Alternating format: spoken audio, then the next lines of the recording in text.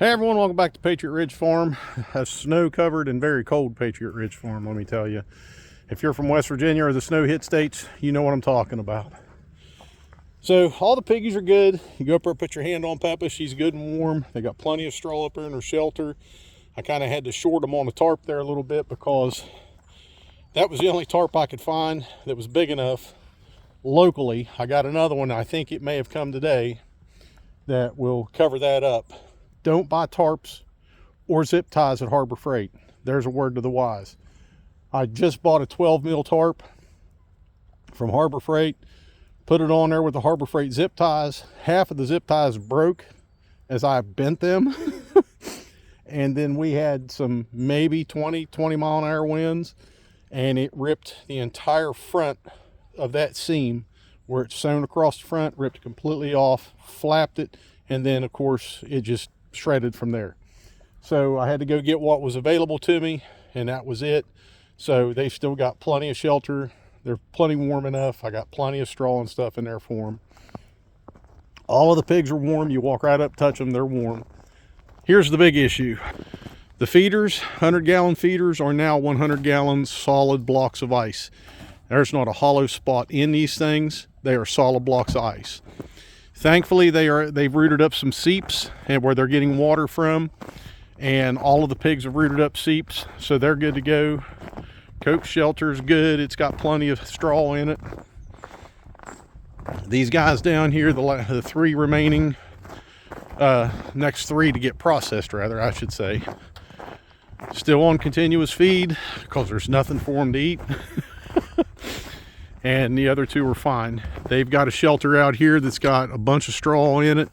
All three of them fit in there just nice and snug. It's about 23 degrees out here now. It was single digits this morning. So one of these three will be the next to go next Saturday, and we'll go through one each Saturday from now until they're all done. Now Peppa, because she's not producing, she'll be the last one to go, and she'll go probably early spring. Hi Piggo. And just as warm and dry. See, no ice on them or nothing like that. They're warm and dry. That's the key thing. They have food, they have shelter, they're warm, they're dry. Speaking of seeps. Hey, did you find something? The funny thing is that we've had this for 8 or 9 days now. We've got a foot of snow on the ground. It's been in the 20s. It has not gotten warmer than the 20s. It's definitely dropped down into teens and even single digits at night. There is still soft mud under this snow. For the most part, it's packed, but you get in areas where the pigs are, and it's soft. You'll sink in it. I had to take the tractor and move a whole bunch of snow out of here. That way I'm not wading through all the daggone snow trying to get out. My hoses are completely frozen to the ground. And I actually destroyed, I think, 2 of them trying to get this snow moved and everything like that. So bad idea in cold weather, good idea in warm weather.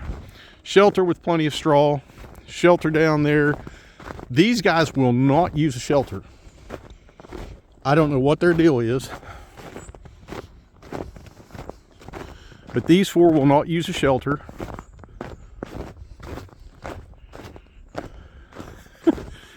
They rooted up an entire area down there, and I just went ahead and filled it full of straw, and you can see pig pile.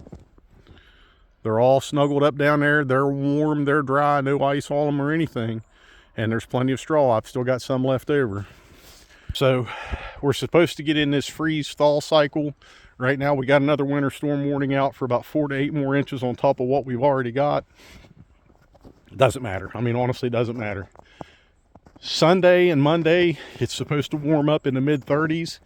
I'm going to take these waterers, I'm going to tip them over, I'm going to bust the ice out of them, and I'm going to have to take my water tote that I used when I was running my meat chickens out here, put it on the front of the tractor, fill it up full of water, and come out here and fill their waterers up with them, and hopefully we don't get into this continuously cold. It'll warm up enough through the day to where it'll melt and they can drink out of it, because I came out here last night, blowtorch, axe, trying to get this stuff.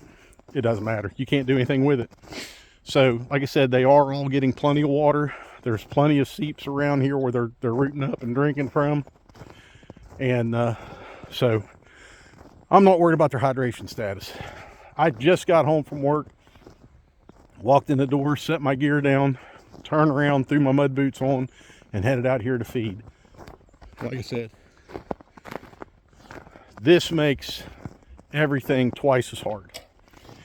And as I talked on a couple videos back about, you know, what I may do, my future with pigs may be, didn't know if I just wanted to buy feeders in the spring, run them till winter and then process them, or keep my breeding stock.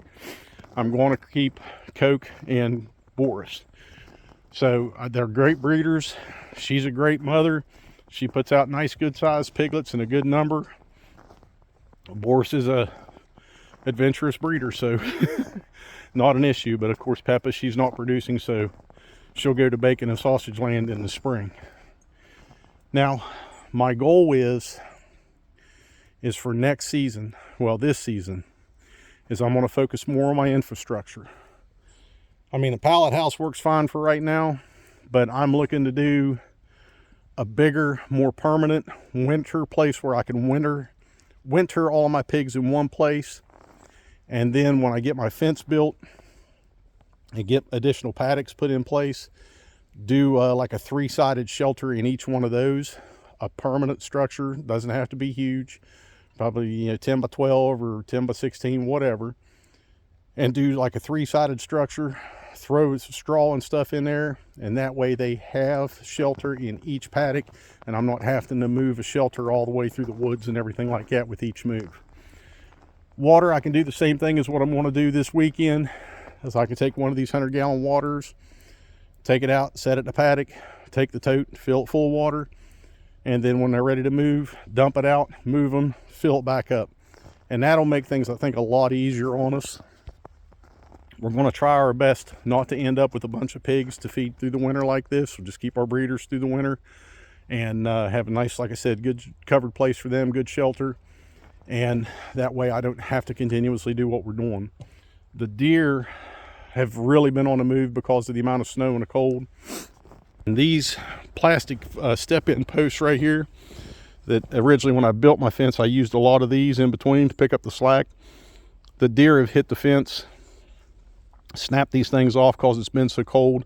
And these things are pretty cheap anyways. I mean, you even hit them with a weed eater and they just fly apart. So I've had to go through and replace them with the fiberglass posts like this, where it's a lot more rigid, a lot more sturdy. And what happened was the deer, excuse me, get out here in this cold weather, nose starts running. The deer had hit the fence and snapped several of those off, and the fence was down on the ground. And 2 of the 3 over here got into her pen last night, into her paddock, and it was on, because even though those are Coke's piglets, she wasn't having nothing to do with them being in there. So I had to run, go get a bunch more of these fiberglass posts, come back, get the fence shut off, go down and get the fence unburied under a foot of snow, and get the new posts put in place and get the fence back up and get it plugged back in. So, and I finally got those moved. It was dark when I finally got those 2 back in their own paddock. And I think Coke had pretty much played a big role in running them out of there, because she didn't want them in there. But that's, I mean, we're going to have to look at some more permanent infrastructure, like water, like running water from the well out to here to frost-free hydrants and stuff. That's something I definitely have to do. Fence, paddocks, shelters, and just have that in place before I even decide to get back into the size and scope of what we're doing right now. Because, I mean, you think 8 pigs is nothing. 11 pigs, a little harder, but not bad. Man, it's just gotten crazy. And the whole feed issue here that we've run into, I told you in a couple of videos back, I was paying $500 every 40 days for a ton of feed. I did find it cheaper. It's a little farther away, so it's, you know, longer trip, but it is cheaper enough to where I'll make that trip. And it's, the funny thing is, it's the same brand, same brand that I'm buying at the other place, but it's a lot cheaper. Plus they give 10% discount on top of the tonnage that you buy, as well as the other place that I'm currently buying from. But I mean, if I can get $2-3 a bag cheaper by traveling twice the distance, I'm going to do it. because I just can't keep doing this.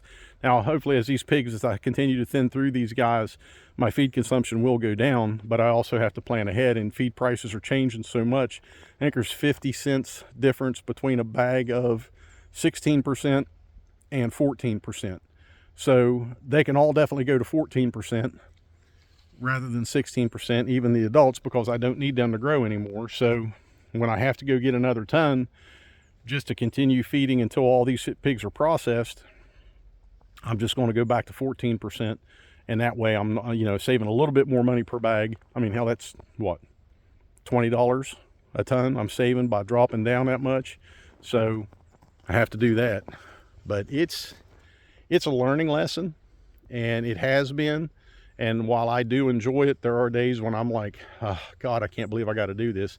Yesterday, I was out in this all day yesterday. I got up at 6 o'clock in the morning, got my coffee, sat there, got caught up on things, drank some coffee. I come out at 9 o'clock, and I didn't get back in the house until dark last night.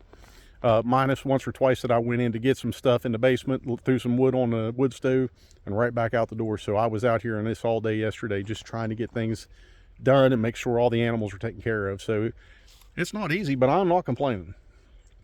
I actually consider, with all things aside, that it's a blessed lifestyle. It really is. So anyways, I'm done feeding. Everybody's fed, everybody's got drinks, everybody's good to go for the evening. So I'm going inside now and get a chance to sit down and warm up by the fire. Get and stay prepared, stay free. God bless y'all.